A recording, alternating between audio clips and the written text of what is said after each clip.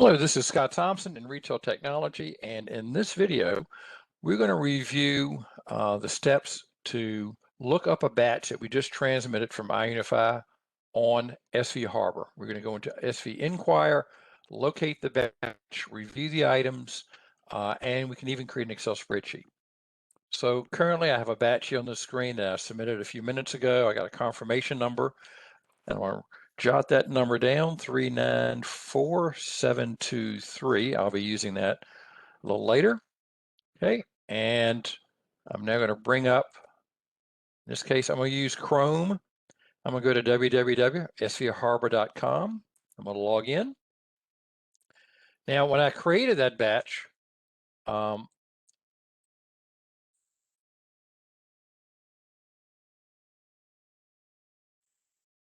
I created that batch, I was logged in as myself, Z9SMT0. But I'm now going to log in as another person in that store that has access to these batches.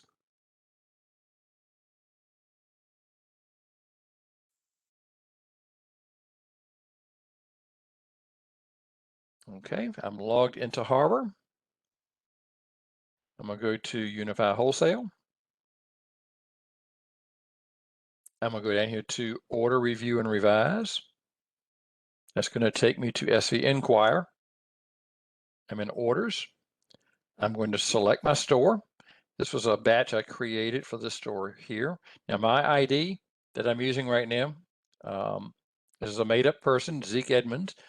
That person has access to these three stores. I'm going to select the store that I sent the order in for. Okay, and then I'm going to come down here to Order Information.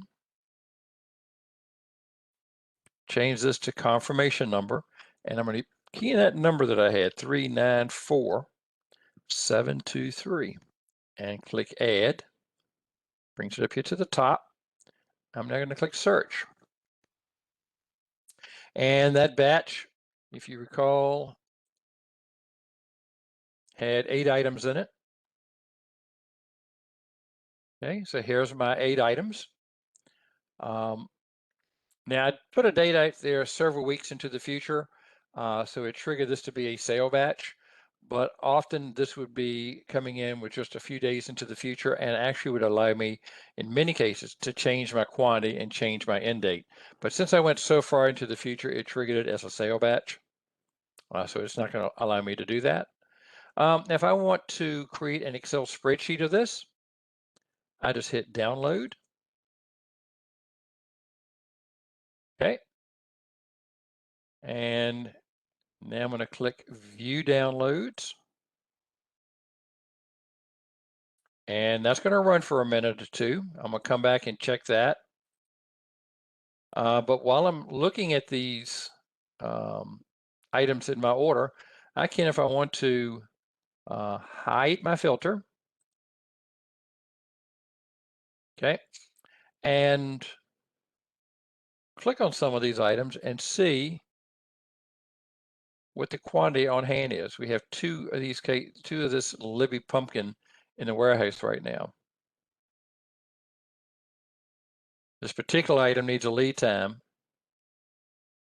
so I will probably not get that item. Let's go to something that probably does not have a lead time. Okay, so here's 3 cases of this Old Bay. Pig feet, everybody's favorite. Pig feet, there's only 1 of those in the warehouse. So you can check on the quantity on hand by clicking on each individual item. Now let's go back to View Downloads. That Excel spreadsheet is probably finished by now.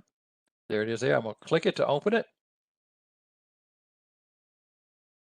I'm in Chrome, so it loads it down here in the bottom left corner. I'm going to click here to open up that Excel spreadsheet. And there it is. So now here's a spreadsheet of the items I ordered. It also gives me a summary of the status of the items. My order quantity, the cube, the weight, the ID of the person that created it. Remember, this was the ID I used at the time I created the order. What my retail price is. Right? So a lot of information pertaining to that batch. and then some summary information, the number of items, the number of cases, total cube, the total weight of just this one batch.